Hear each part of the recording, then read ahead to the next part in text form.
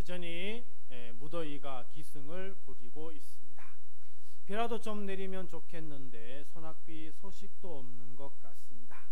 이번 주간까지 무더울 것 같은데요. 무더위 잘 견디시고 이기시고 건강에 유의하시기 바랍니다.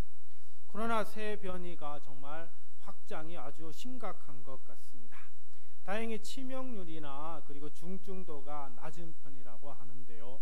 고열, 콧물, 기침, 오한, 식은땀, 인후통, 두통, 근육통, 미각, 후각 상실 등이 나타날 수 있다고 하는데요. 건강에 각별히 유의할 수 있기를 바랍니다. 아울러 8월 무더위 속에서도 신앙생활, 그리고 개인생활, 가정생활, 직장생활, 사회생활 잘 하시기를 간절히 바랍니다. 우리는 지난주에 바울의 첫 번째 설교를 함께 보았습니다. 바울의 설교의 핵심은 예수님은 누구신가 였습니다. 예수님은 누구신가? 예수님은 어떤 일을 하셨는가에 대한 우리의 대답은 우리에게 예수님은 꼭 필요하신 분이고 우리 인생에 예수님이 없어서는 절대 안 되는 분임을 다시금 생각하였습니다. 자, 바울의 설교를 들은 비시디아 안디옥 사람들은 다음 안식일에도 이 말씀을 해달라고 하고 더 많은 사람이 이 말씀을 듣게 됩니다. 그런데 유대인들 가운데 일부는 이 말씀을 듣고는 반박하고 비방하며 시기까지 하였습니다. 유대인들의 반대로 유대인에게 복음 전하는 것이 어렵게 되자 결국 이방인에게 복음을 전하기로 작정합니다. 놀라운 역사는 이방인에게 이루어지지요. 복음이 그 지방에 두루 퍼지게 되었습니다. 하지만 유대인들이 계속해서 복음 전하는 일을 해방 놓았을 뿐만 아니라 박해하고 쫓아내기까지 하였습니다. 결국 바울과 바나바 일행은 이 지역에서 더 이상 복음 전하기가 어렵게 되어 이고니온이라고 하는 지역으로 옮기게 됩니다. 오늘 이 말씀 속에서 우리는 세 가지를 생각해 보고자 하는데요. 오늘 말씀으로 은혜 받으시고 그리고 깊은 깨달음이 있는 그런 시간이 되길 간절히 바랍니다. 첫 번째로 우리는 이 말씀을 들어야 합니다. 우리 42절 함께 볼까요? 그들이 나갈새 사람들이 청하되 다음 안식일에도 이 말씀을 하라 하더라. 자, 그들 바울 일행이지요. 사람들 회당에서 바울의 설교를 들은 사람입니다. 이들이 말하기를 일주일 후에 있는 다음 안식일에 이 말씀을 하라라고 합니다. 여기에서 이 말씀은 바로 예수님에 관한 말씀입니다. 지난주 우리는 예수님에 관한 바울의 설교를 나누었습니다. 여러분 지난주 설교 기억나십니까? 바울은 예수님이 구주 그리스도시라며 우리의 구원자가 되신다고 설교했습니다. 또 바울은 예수님이 부활하셨는데 다시 썩지 않는 몸으로 부활하셨다라고 그렇게 설교했습니다. 그리고 바울은 예수님이 우리의 죄를 용서해 주셨고 우리를 의롭다 하셨고 그리고 심판받지 않도록 삼가라 조심하라 이렇게 설교를 했습니다. 바울은 이 설교를 통해 이스라엘이 기다리고 기다리던 메시아 바로 그분이 예수님임을 선포하였던 겁니다. 회당에 모인 사람들은 바울의 설교를 듣고 놀라지 않을 수 없었습니다. 자신들이 기다리던 메시아가 예수님이라는 그 사실에 충격에 휩싸이기까지 했습니다. 왜? 기다리고 기다리던 메시아가 오셨는데 자기들은 몰랐기 때문입니다. 또 기다리던 메시아를 자기 동족 유대인이 죽였기 때문입니다. 그런데 더 놀라운 사실은 그 메시아가 다시 살아나셨다는 겁니다. 정말 예수님이 메시아일까? 다시 듣지 않을 수 없었습니다. 그래서 이들은 요청합니다. 다음에는 더 많은 사람을 불러 모아 들을 테니 메시아 예수님에 관해 다시 설교해 달라고 요청하게 됩니다. 자, 여기에서 우리는 한 가지를 생각하지 않을 수 없습니다. 그것은 바로 이 말씀을 계속 들어야 하는 것인가 라고 하는 것입니다.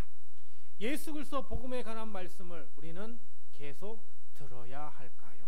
여러분 어떻게 생각하십니까? 메시아이신 예수님에 대하여 또 들어야 할까요? 그렇습니다. 또 들어야 합니다.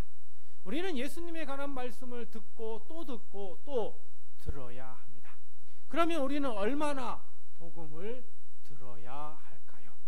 예수님에 대한 말씀은 한 번만 들어도 되는 어떤 특별한 강의, 특강과 같이 들어도 될까요? 유명한 강사를 초청해서 서너 번 들으면 되는 것일까요? 마치 대학생이 학기 중에 전공 필수로 최소 12번은 들어야 하는 과목처럼 들어야 하는 것일까요? 수능 시험을 보듯이 몇 년 동안 집중해서 들으면 되는 것일까요? 우리는 얼마나 자주 복음을 들어야 할까요? 적어도 우리는 매주 복음을 들어야 합니다. 우리는 메시아이신 그리스도를 매주 들어야 합니다. 예수 그리스도 복음 듣는 것을 매주 멈추어서는 아니 됩니다. 왜 그렇습니까?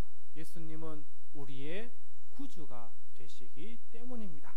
예수님은 우리의 그리스도가 되시기 때문입니다.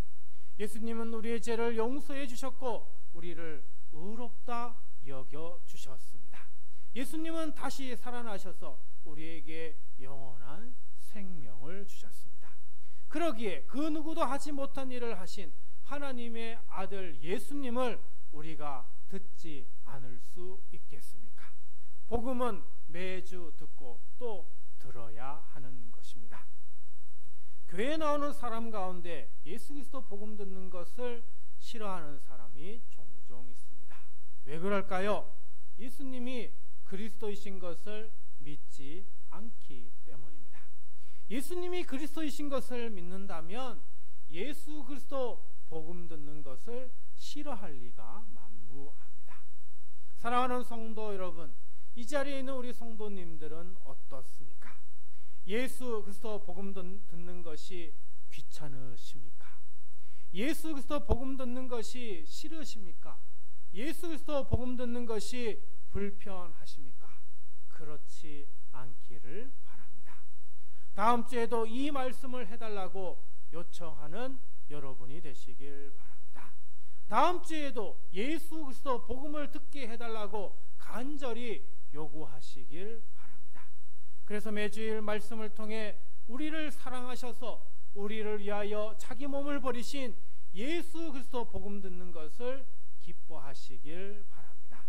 우리의 죄를 용서해 주신 예수 그리스도 복음을 듣고 주님께 감사하시길 바랍니다. 우리를 의롭다고 하여 주신 예수 그리스도 복음을 듣고 주님께 찬양을 드리시기 바랍니다. 다시 사셔서 우리에게 영원한 생명을 주신 예수 그리스도 복음을 듣고 주님만 붙들어 삶을 살아가는 그런 우리가 되어야 하겠습니다. 사랑하는 성도 여러분, 매주 우리 주님 예수 그리스도 복음 듣는 것을 사모하시길 바랍니다. 우리 주님 복음 말씀 듣고 감사와 찬송과 영광을 올려드리는 저와 우리 모두가 되기를 간절히 바랍니다. 두 번째로 우리는 하나님의 은혜 가운데 있어야 합니다. 우리 43절 말씀 보겠습니다.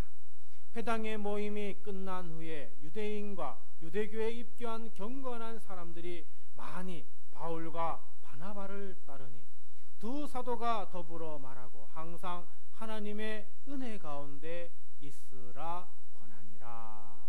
회당의 모임이 끝났다라고 하는 것은 예배가 끝났다라고 볼 수 있겠죠. 예배가 끝난 후 바울의 설교를 듣고 따르는 이들이 많았다고 합니다. 성경은 바울의 설교를 듣고 예수 그리스도를 따르기로 한 사람들을 뭐라고 불러요? 경건한 사람들이라고 이렇게 표현하고 있습니다. 바울은 이 경건한 사람들에게 한 가지를 권하는데 그것이 바로 뭡니까? 하나님의 은혜 가운데 거하라라는 겁니다. 자, 여기에서 우리는 또 중요한 한 가지를 기억해야 됩니다. 그것은 예수 그리스도 복음 믿는 사람은 하나님의 은혜 가운데 거해야 한다라고 하는 것입니다. 예수 그리스도 복음은 하나님이 우리에게 주신 것이기 때문입니다. 요한복음 3장 16절입니다. 하나님이 세상을 이처럼 사랑하사 독생자를 주셨으니 이는 그를 믿는 자마다 멸망하지 않고 영생을 얻게 하려 하심이라. 자, 하나님께서 이 세상을 사랑하셔서 독생자를 주셨다고 합니다. 독생자, 하나님의 하나뿐인 아들이라고 하는 것이죠. 예수님을 가리킵니다. 예수님을 믿는 자마다 어떻게 한다고요? 멸망하지 않고 영생을 얻게 하신다. 다시 말하면 예수님을 믿는 자는 멸망하지 않고요, 예수님을 믿는 자는 영생을 얻게 하신다라고 하는 것이죠. 이 모든 것을 누가 하셨다는 거예요? 하나님께서 하셨다라고 하는 것입니다. 그러므로 예수님을 영접한 사람은, 예수님을 믿는 사람은 하나님의 이 사랑을 기억하고 하나님의 은혜를 잊지 말아야 하는 것입니다. 하나님은 정말 우리를 사랑하시고 우리에게 은혜를 베풀어 주십니다. 하나님의 이런 구체적인 사랑과 은혜는 성경 전체에서 우리가 발견할 수 있습니다. 태초에 하나님께서 천지를 창조하시고 모든 피조물을 만드셨습니다. 그 중에 사람에게는 생기를 불어넣어 주셨다고 하죠. 이 생기는 하나님의 존재를 알 수 있게 해주는 바로 영적 존재로 만들어 주셨다라고 하는 것입니다. 이 땅의 피조물 가운데 신을 찾는 존재는 오직 사람밖에 없는 그 이유는 하나님께서 우리에게 이 신적 존재, 영적 존재를 찾을 수 있도록 생기를 불어넣어 주셨기 때문입니다. 하지만 특별한 능력을 주신 하나님의 은혜에 감사하지는 못하고 오히려 탐욕과 교만으로 결국 하나님의 심판을 받아 죽을 수밖에 없는 존재가 되고 말았습니다. 이때 하나님은 사람을 외면하지 않으셨고 하나님은 사람을 버리지 않으셨습니다. 하나님은 사람을 불쌍히 여기시어 가죽옷을 입혀주셨고 죽기 전까지 자손을 낳아 대를 잇게 하여 주셨으며 땀을 흘려 수고하여 먹고 살 수 있게 하여 주셨고 집을 짓고 가정을 이루고 공동체를 이루며 살 수 있도록 지혜를 주셨으며 하나님을 믿고 섬길 수 있는 그 길을 허락해 주셨습니다. 무엇보다 성경을 읽고 읽으면 하나님을 사랑하는 사람들에게 하나님께서 어떻게 사랑하여 주시고 은혜를 베풀어 주시는지를 우리는 알 수 있습니다. 하나님을 사랑하는 아브라함을 하나님은 지켜주시어 빼앗겼던 아내를 2번이나 되찾게 하여 주셨고 자녀가 없는 아브라함에게 대를 이을 수 있도록 아들을 허락하여 주셨습니다. 하나님을 사랑하는 이삭이 어머니 사라를 잃고 슬퍼할 때에 여인 리브가를 허락하시어 아내로 삼아 위로하여 주셨습니다. 하나님을 사랑하는 야곱이 형 에서의 미움을 받아 목숨이 위태로울 때에 하나님은 야곱을 보호하여 주시고 오랫동안 멀리 떠나 외삼촌 집에서 기거하는 그 동안에도 지켜주시고 함께하여 주셨습니다. 하나님을 사랑하는 요셉이 어리석은 말과 행동으로 형들의 미움을 받아 애굽의 노예로 팔려갔을 때에 하나님은 그 요셉을 불쌍히 여기시고 그와 함께 하시고 지켜주시고 은혜를 베풀어 주셨고 마침내 애굽의 총리가 되어 애굽의 사람들을 살릴 뿐만 아니라 그 지방의 많은 민족을 살렸고 더 나아가 자기의 아버지와 형들의 모든 가족을 살리는 구원자의 삶을 살도록 하게 하여 주셨습니다. 이외에도 하나님을 사랑하는 모세를 하나님은 도우시어 이스라엘 백성을 건지셨습니다. 하나님을 사랑하는 여호수아를 하나님은 도우시어 마침내 가나안 땅을 회복하게 하여 주셨습니다. 하나님을 사랑하는 이방 여인 룻을 하나님은 도우시어 다윗의 조상을 낳게 하여 주었습니다. 하나님을 사랑하는 다윗을 하나님은 도우시어 마침내 그 모든 원수에서 지켜주셨고 이스라엘의 왕으로 삼아 주셨습니다. 하나님을 사랑하는 여인 에스더를 왕으로 삼으시어 위기에 처한 이스라엘을 구원하게 하여 주셨습니다. 이처럼 우리는 성경을 통해 하나님께서 어떻게 사람을 사랑하시고 은혜를 베풀어 주시는지를 알 수가 있습니다. 이처럼 하나님은 우리를 사랑하시고 은혜를 베풀어 주십니다. 근데 여기에서 중요한 것은 우리가 하나님의 은혜, 하나님의 사랑을 받고자 한다면 우리도 또한 하나님을 사랑해야 한다라고 하는 것이죠. 하나님을 사랑하는 자가 하나님의 은혜를 받을 자격이 있습니다. 하나님을 사랑하지 않고 어찌 하나님의 은혜를 받을 수 있겠습니까? 무엇보다 예수 그리스도를 통해 우리를 사랑하심을 확증하신 하나님을 우리는 온전히 사랑해야 합니다. 사랑하는 성도 여러분, 하나님을 사랑하십시오. 독생자 예수님을 보내주신 하나님을 진정으로 사랑하시기 바랍니다. 그래서 하나님이 우리에게 베풀어 주시는 은혜 가운데 거하시길 바랍니다. 하나님은 우리가 하나님의 사랑을 알고 하나님의 은혜 가운데 거하길 간절히 원하십니다. 마지막 세 번째로 기쁨과 성령이 충만해야 합니다. 45절입니다. 유대인들이 그 무리를 보고 시기가 가득하여 바울이 말한 것을 반박하고 비방하거늘. 자, 바울이 다음 안식일에 회당에서 예수 그리스도 복음을 전했더니 이를 인정하는 사람들도 많았지만 인정하지 않는 자들이 있었다라고 하는 것이고요. 그 사람들이 어떻게 했다고요? 시기가 가득하여 반박하고 비방하였다라고 하는 것입니다. 46절입니다. 바울과 바나바가 담대히 말하여 이르되 하나님의 말씀을 마땅히 먼저 너희에게 전할 것이로되 너희가 그것을 버리고 영생을 얻기에 합당하지 않은 자로 자처하기로 우리가 이방인에게로 향하느라. 바울 일행은 자기들을 비방하고 반박하는 그 사람들 앞에서도 주눅들지 않고 담대하게 이야기하는 것을 볼 수가 있습니다. 더 이상 유대인들과 다투고 싶지 않고 이제는 온전히 이방인에게 복음을 전하겠다라고 선언하는 것을 볼 수가 있지요. 47절에서 49절입니다. 주께서 이같이 우리에게 명하시되 내가 너를 이방의 빛으로 삼아 너로 땅끝까지 구원하게 하리라 하셨느니라 하니 이방인들이 듣고 기뻐하여 하나님의 말씀을 찬송하며 영생을 주시기로 작정된 자는 다 믿더라. 주의 말씀이 그 지방에 두루 퍼지니라. 유대인 중심으로 복음을 전하던 것에서 이제는 이방인 중심으로 복음을 전했더니 많은 이방인이 주의 말씀을 듣고 예수 그리스도를 영접하였다라고 하는 것이고요. 이 말씀 예수 그리스도 복음이 그 지방에 두루 퍼지게 되었다라고 말씀합니다. 그런데 50절입니다. 이에 유대인들이 경건한 귀부인들과 그 신의 유력자들을 선동하여 바울과 바나바를 박해하게 하여 그 지역에서 쫓아내니. 이방인에게 복음 전하는 일도 유대인들 마음에 들지 않았습니다. 그래서 유대인들이 그 지역에 힘 있는 자들을 선동하여 바울과 바나바 일행을 박해하였고요. 결국 그 지역에서 쫓아내기까지 하였습니다. 51절입니다. 두 사람이 그들을 향하여 발의 티끌을 떨어버리고 이고니온으로 가거늘. 결국 바울 일행은 비시디아 안디옥에서 복음 전하는 일을 더 이상 할 수 없어서 거기를 떠나 이고니온으로 가게 됩니다. 신앙생활 하다 보면 이처럼 어려움에 직면할 때가 있습니다. 그 어려움이 정말 심각하고 위험할 때도 있습니다.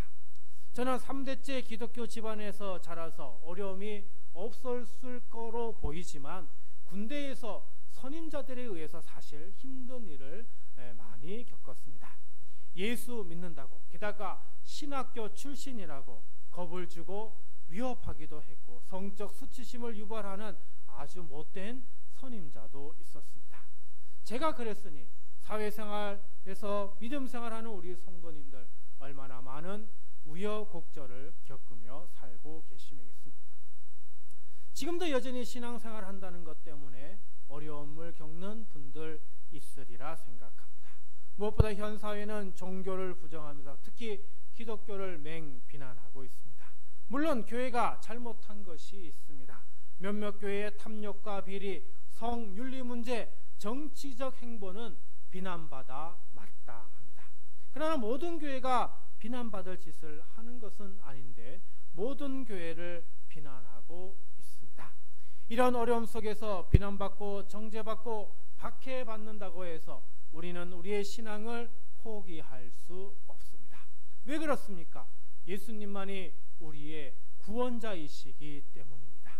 예수님만이 우리의 참 목자이시기 때문입니다. 예수님만이 우리의 빛이시기 때문입니다. 예수님만이 우리에게 길이요 진리요 생명이시기 때문입니다. 안타까운 것은 많은 이들이 어려움을 겪을 때 신앙을 포기한다는 사실입니다.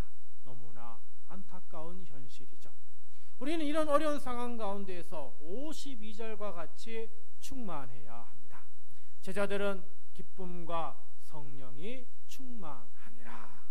제자들이 어떠했다고요? 충만했다고요. 뭐로 충만했다고요? 기쁨과 성령이 충만했다고요. 지금 방금까지 복음 전하다가 박해받고요, 비방받고요, 시기를 당하며 어려움에 처해 있었는데 그럼에도 불구하고 제자들은 어때요? 기쁨과 성령이 충만했다라고 하는 것입니다. 그렇습니다. 아무리 힘들고 어렵다고 하더라도 우리가 그 어려움을 극복하고 이겨나갈 수 있는 방법은 우리 안에 기쁨과 성령이 충만해야 하는 것입니다. 기쁨은 내 안에 복음이 있음을 말합니다. 기쁨은 내 안에 예수님이 주신 구원의 기쁨을 말합니다. 기쁨은 내 안에 예수님이 함께 계심을 말합니다. 기쁨은 내 안에 하나님의 은혜가 있음을 말합니다. 성령은 말 그대로 성령님이 내 안에 계심을 말합니다. 성령님이 우리 안에 계시면 우리는 두려워하지 않고 담대하게 어려움을 헤쳐 나갈 수 있는 것입니다. 사랑하는 성도 여러분, 지금이 이 시대를 살기 위해서는 예수 그리스도 복음을 통해 기쁨이 충만해야 됩니다. 하나님이 주신 은혜로 기쁨이 충만해야 합니다. 성령님이 우리 안에 있어 기쁨이 충만해야 합니다. 기쁨과 성령 충만한 삶을 살아가는 저와 우리 모두가 되길 주님의 이름으로 간절히 축원합니다.